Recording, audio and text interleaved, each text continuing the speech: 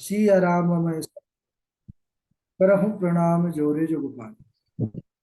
हम सबका यह परम सौभाग्य की भागवत साप्ताहिक कथा सीखने का सद संकल्प विचार लेकर के हम और आप सब एक स्थान पर एक साथ जुड़कर इस भागवत साप्ताहिक कथा की तैयारी कर रहे हैं। बड़ा ही आनंद आ रहा है। इस समय हम सब दसम स्कंद के अंतर्गत भगवान की द्वारिका लीला पर बने हुए हैं।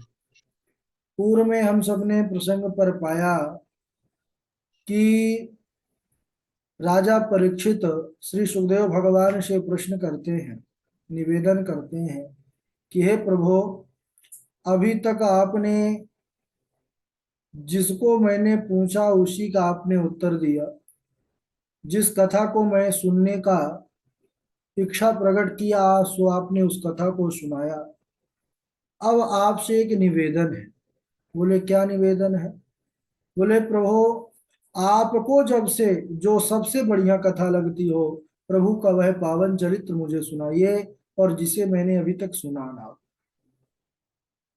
तब सुखदेव जी बड़े प्रसन्न हुए और कहते हैं, कृष्णस्यासीत् सखा कश्चिद ब्राह्मणो ब्रह्मवित्तमः विरक्त इंद्रियार्थेषु प्रशांतात्मा जितेन्द्रियः। कृष्णस्यासीत् सखा कश्चिद। हे राजन, अब मैं तुम्हें एक बड़ा ही पावन पुनीत चरित्र का वर्णन करने जा रहा हूँ, सुनाने जा रहा हूँ। वह है भगवान श्री कृष्ण और उनके परम प्रिय मित्र सखा सुदामा जी का वृत्तांत। बोले कि भगवान श्री कृष्ण और सुदामा जी की मित्रता जगत में प्रसिद्ध है। उन्हीं से जुड़ी हुई पावन लीला को आप श्रवण कीजिए।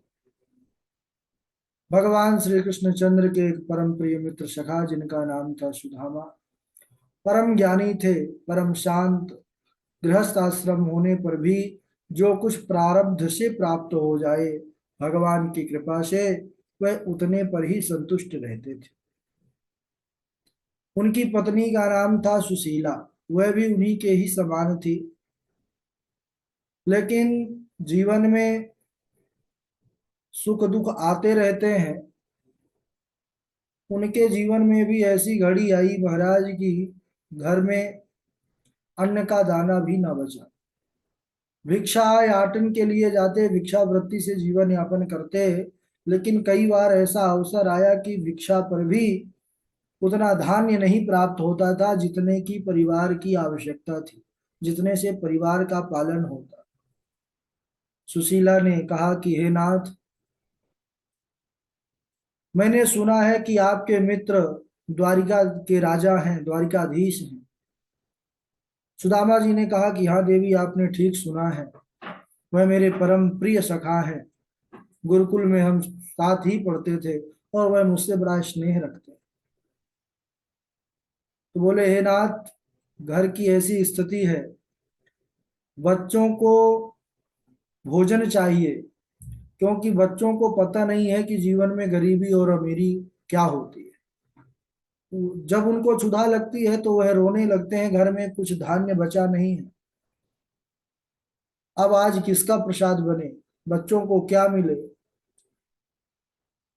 मेरा निवेदन मानिए स्वामी, आप एक बार जा करके अपने प्रिय मित्र सखा द्वारिकाधीश से मिल करके आइए, उनका दर्शन करके आइए। मुझे विश्वास है कि आप जब उनके पास जाएंगे तो हमारा यह दुख दूर हो जाएगा। अब सुदामा जी विचार करने लगे कि हाँ सुशीला, तुम्हारी बात तो ठीक है। मैं भी अपने मित्र से बहुत दिनों से मिला नहीं हूँ, और इसी बहाने दर्शन हो जाएगा। अयम ही परमो लाभा लाभा उत्तम श्लोक दर्शन। लेकिन कहा गया है शास्त्रों में कि मित्र के यहाँ, गुरु के यहाँ, भगवान के यहाँ कथा स्थल पर कुछ ऐसे स्थान है जहां पर खाली हाथ नहीं जाना चाहिए। तो मैं मित्र के यहाँ पर कैसे चला जाऊं, घर में तो कुछ है नहीं। सुशीला कहने लगी कि बस स्वामी इतनी सी बात है, आप अभी रुकिए। वह दौड़ी दौड़ी जाती है, 4 घरों से 4 मुट्ठी चिवड़ा चावल लेकर के, तंदुल आकर के अपनी आंचल पर, पल्लू पर उस कपड़े को फाड़ करके बांधती है और अपने प्राणनाथ सुदामा को पकड़ाती हैं, कहती हैं लीजिए नाथ, आप जाइए द्वारकाधीश के पास जाइए। मानो सुशीला मैया 4 मुट्ठी चिवड़ा अपने उस आंचल की साड़ी के आंचल पर बांध करके द्वारिकाधीश को यह संदेश देना चाहती हैं कि हे प्रभु, 1 मास 2 पक्ष में 2 एकादशी होए, पर मेरे घर गोपाल जो नित एकादशी होए। प्रभु, महीने में सब तो 2 बार एकादशी का व्रत रहते हैं, लेकिन यहाँ इतनी बड़ी कृपा है कि नित्य ही एकादशी का व्रत होता है, क्योंकि ना कुछ धान्य है, ना कुछ बनता है, और ना कुछ हम पाते हैं, ऐसी स्थिति। और जब सुदामा जी चल देते हैं, अच्छा, भक्त को चलने की देरी होती है। जब प्रभु प्राप्ति के लिए भक्त चल देता है तो प्रभु फिर उसका मार्ग बहुत सरल कर देते हैं। भगवान ने देखा कि सुदामा मेरे जो सखा हैं, मित्र हैं, वह मुझसे मिलने के लिए आ रहे हैं, दूरी मार्ग की बड़ी लंबी है, इसलिए उन्होंने योग माया को आदेश दिया कि सुदामा जी अभी विश्राम कर रहे हैं किसी नगर पर, उनको तुम द्वारिका पहुंचा दो। योग माया ने द्वारिका पहुंचा दिया। प्रातः काल उठे सुदामा जी, चारों तरफ बड़े बड़े महल अट्टालिकाएं दिख रहे हैं, मंदिर दिख रहे हैं, महल दिख रहे हैं, घंटों की ध्वनि सुनी सुनाई पड़ रही है। सुदामा जी पूछने लगे वहां के लोगों से कि भाई यह कौन सी नगरी है। अब द्वारिकापुरी थी, द्वारिकावासी गुजराती, बोले द्वारिकापुरी छे। सुदामा जी चक्कर में पड़ गए, बोले अरे भाई यहाँ तो 6 6 द्वारिका है। बोले हमारे जो मित्र हैं कृष्ण, क्या इसी द्वारिका के राजा हैं? उन्होंने कहा हाँ, श्री कृष्णचंद्र ही इस द्वारिका के राजा है। तो बोले मुझे उनसे मिलना है। जाते हैं महल में, घुसने लगे, द्वारपालों ने रोक दिया, कह रहे ओ ब्राह्मण, कहाँ घुसे जा रहे हो? सुदामा जी की जो बाहरी अवस्था है बड़ी दीन है, वस्त्र फटे पुराने हैं, पैरों पर कोई जूती भी नहीं है और सर पर पगड़ी भी नहीं है। द्वारपालों ने जब रोक दिया, द्वारपालों को अपना परिचय देते हुए सुदामा जी ने कहा कि मेरा नाम सुदामा है और जो यहाँ के द्वारिका के राजा श्री कृष्ण हैं, मैं उनका मित्र हूँ। जैसे ही द्वारपालों ने यह सुना, महाराज सर से लेकर पांव तक नीचे तक देखा, ऐसी स्थिति देख करके उनके मन में विश्वास नहीं हुआ, लेकिन फिर भी द्वारपाल थे, प्रभु तक उनका संदेश पहुंचाना उनका कार्य था। उन्होंने कहा बस रुकिए, और जाते हैं भगवान श्री कृष्ण के पास, संदेश सुनाने लगते हैं सुदामा जी का कि हे प्रभु, एक ऐसा निर्धन ब्राह्मण आया है जिसके बड़े फटे पुराने वस्त्र हैं और उसकी ऐसी स्थिति है, किसी से पगा न जगा तने पे, प्रभु जानी के आई बस के ही ग्रामा, धोती फटी सी लटी दुपटी और पावो पान के नहीं सामा, द्वार खड़ो दुज दुर्बल एक, द्वार खड़ो दुज दुर्बल एक, रहो चकी सो असुधा विरामा, पूछत दीन दयाल को धाम, बतावत अपन नाम सुदामा, पूछत दीन दयाल को धाम, बसावत अपन नाम सुदामा। हे प्रभु, कोई निर्धन ब्राह्मण आया है, फटे पुराने कपड़े पहना हुआ है, न सर पर पगड़ी है, न पैरों पर जूतियां हैं उसके, लेकिन वह अपने आप को आपका मित्र बता रहा है। भगवान ने कहा कि अरे भाई, दशा का वर्णन मत करो, उनका नाम बताओ कौन है। उन्होंने कहा पूछत दीन दयाल को धाम, बतावा तो अपनो नाम सुदामा। बोले कि आपका नाम धाम पूछते हुए वह अपना नाम बार बार सुदामा बता रहा है। जैसे ही द्वारिकाधीश ने सुदामा यह नाम सुना, आज प्रभु को अपने शरीर की सुधि ना रही और प्रभु द्वारिकाधीश दौड़ पड़े। दोनों बाहों को फैला करके सुदामा मेरे सखा, मेरे बाल सखा, ऐसा कह करके महलों से नंगे पैर ही द्वारिकाधीश दौड़ पड़े हैं। रुक्मणी आदि रानियां बड़ी चकित हो गई कि आज हमारे नाथ को, द्वारिकाधीश को हो क्या गया है। इधर सुदामा जी निराशा के समुद्र पर डूब गए कि क्या प्रभु में मुझे भूल गए, क्या अपने सखा को भूल गए। लेकिन प्रभु तो करुणा के सागर हैं। करुणा कितनी है इनके अंदर। किसी ने कहा है कि इनकी कृपा इतनी है कि महाराज वर्णन किया नहीं जा सकता। दौड़े दौड़े प्रभु आते हैं और देखते हैं अपने प्रिय सखा को। सुदामा जी को देखते ही हृदय से लगा लेते हैं। और सुदामा भी आज बहुत लंबे समय के बाद आज अपने बाल सखा, अब तो द्वारिका के राजा हैं लेकिन उस समय सब सखा थे, सब एक समान थे गुरुकुल में, आज देख करके उनके प्रेम आंसू बह चले। दोनों परस्पर एक दूसरे के गले लग गए हैं। सुदामा जी को अपने हाथों से पकड़ करके द्वारिकाधीश अपने महल के अंदर लेकर के आए हैं। रुक्मणी जी के कक्ष में अपने सिंहासन पर बिठाले हैं प्रभु द्वारिकाधीश सुदामा जी को, और स्वयं सुदामा जी के चरणों में बैठ गए हैं। चरणों को देखने लगे तो करुणा निधान की करुणा उमड़ पड़ी। क्या देखते हैं, चरणों की क्या दशा है महाराज। रुक्मणी आदि रानियों को कहने लगे कि आज हमारे घर भगवान आए हैं, जाओ जल्दी से पात्र लाओ, जल लाओ, इनके चरण धुलो। और जैसे ही चरण पकड़े धुलने के लिए, द्वारिकाधीश क्या देखते हैं कि ऐसे बेहाल बेवाइन सो पग कंटक जाल गड़े पुनि जोए। हाय महा दुख पायो सखा तुम आए इतना कित दिन खोए।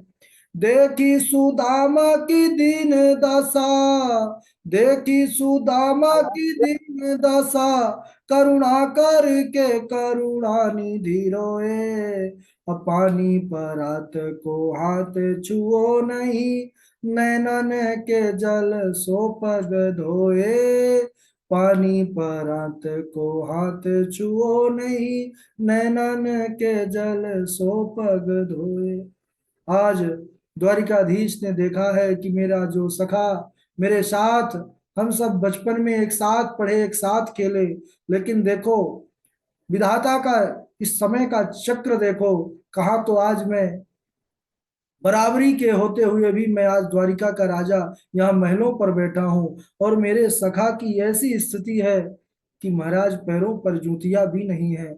उनके पैरों पर चलते चलते दूर से आए हैं, कंकड़ पत्थर गड़े हुए हैं, रक्त की धारा चल रही है।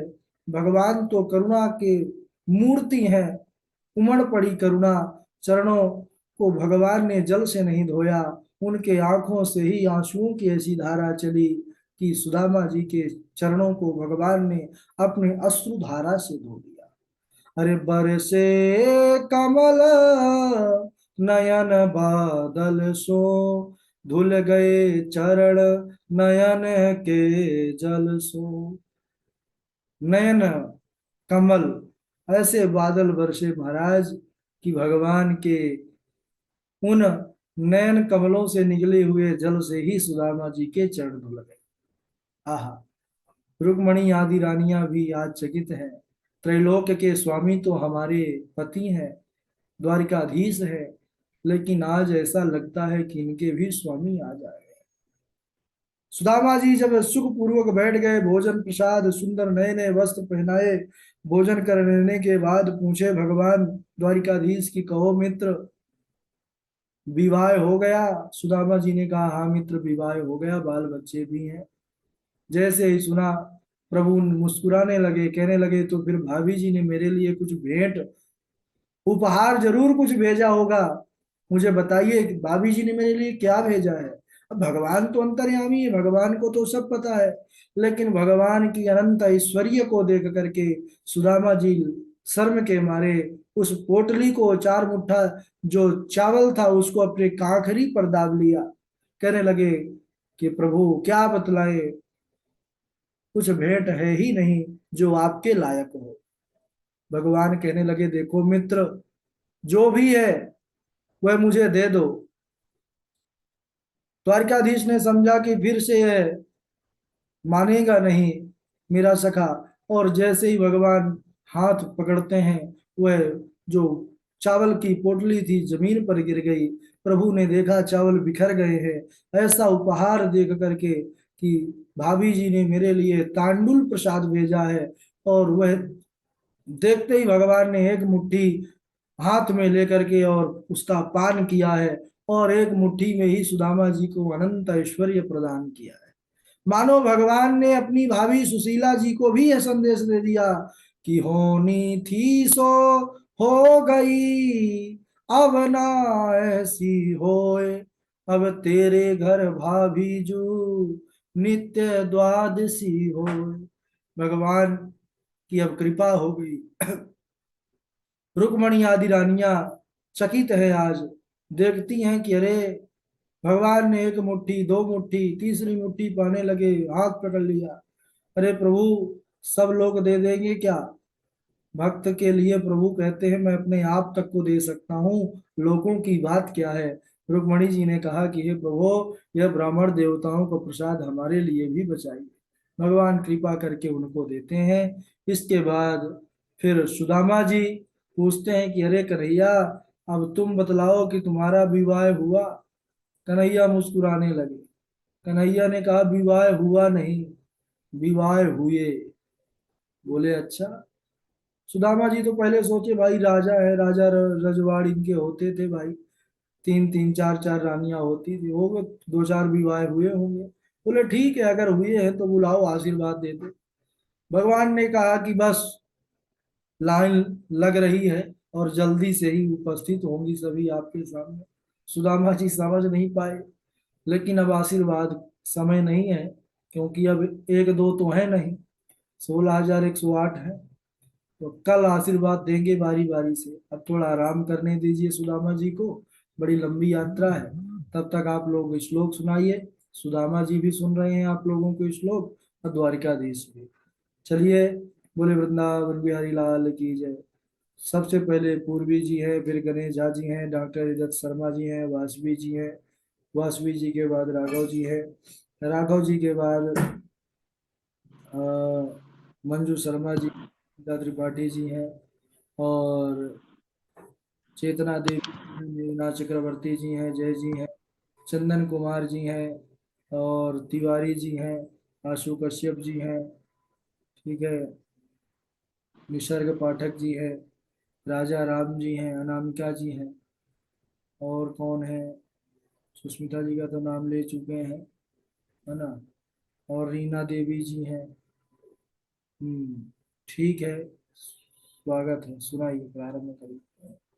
राधे राधे गुरु जी, प्रणाम। जी जी।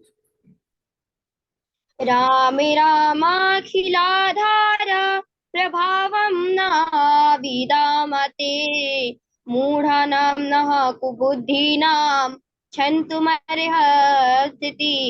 क्रम कृष्णस्यासि सखा कश्चित् ब्राह्मणो ब्रह्मवित्तमा विरक्त इन्द्रियार्थेषु प्रशान्ता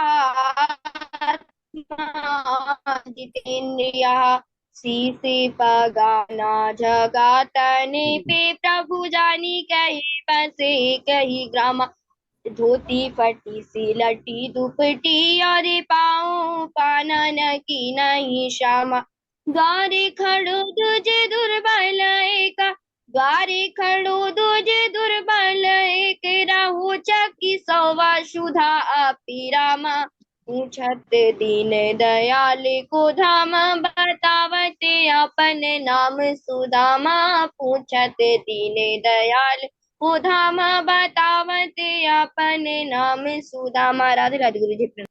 बहुत बढ़िया झा जी, राधे राधे गुरु जी। हाँ जी, राधे राधे जी।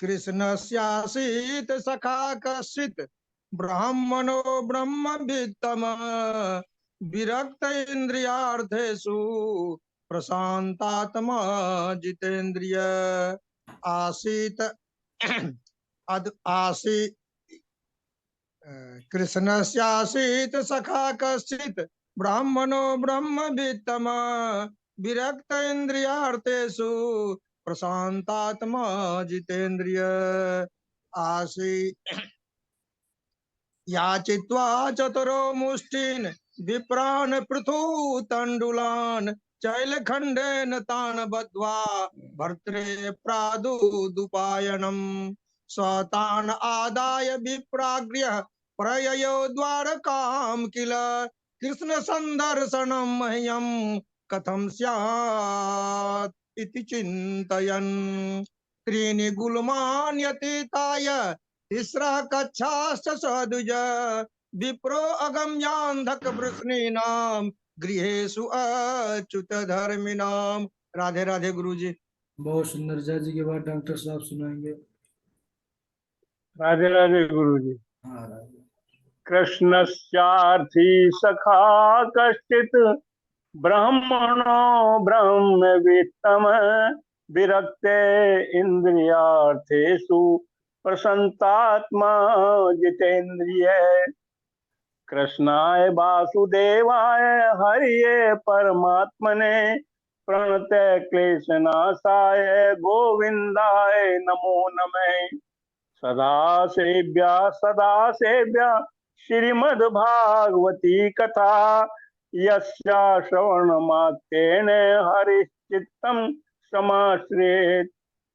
बहुत बढ़िया। राधे राधे गुरु। बहुत सुंदर। वासवी शर्मा जी।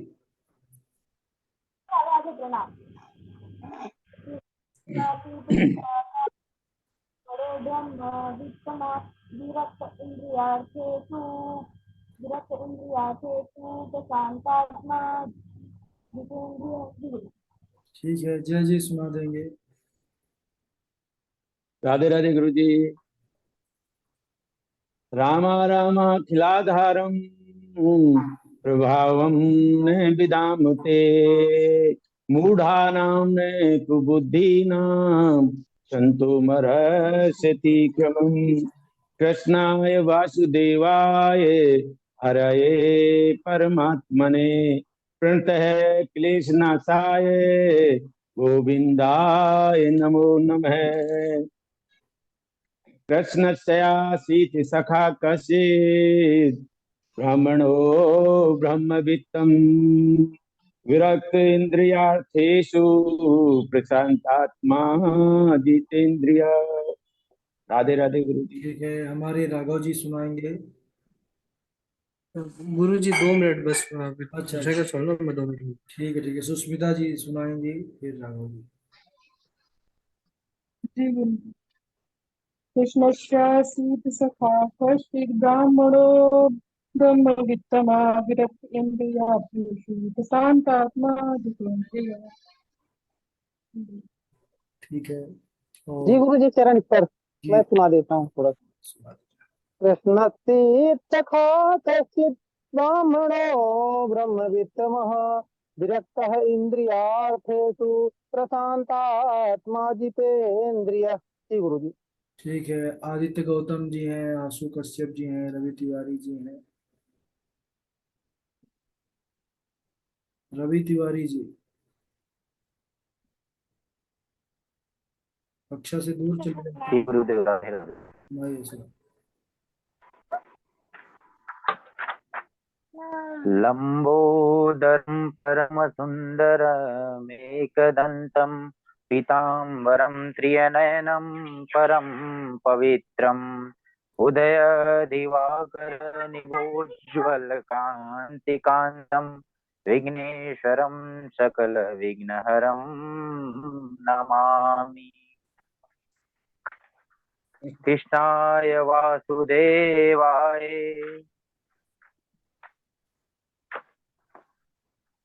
जी गुरु राधे राधे। हाँ, हरे परमात्मा ने।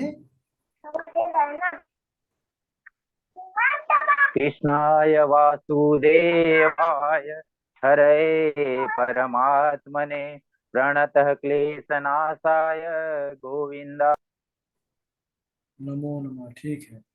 और मेघनाथ चक्रवर्ती जी हैं,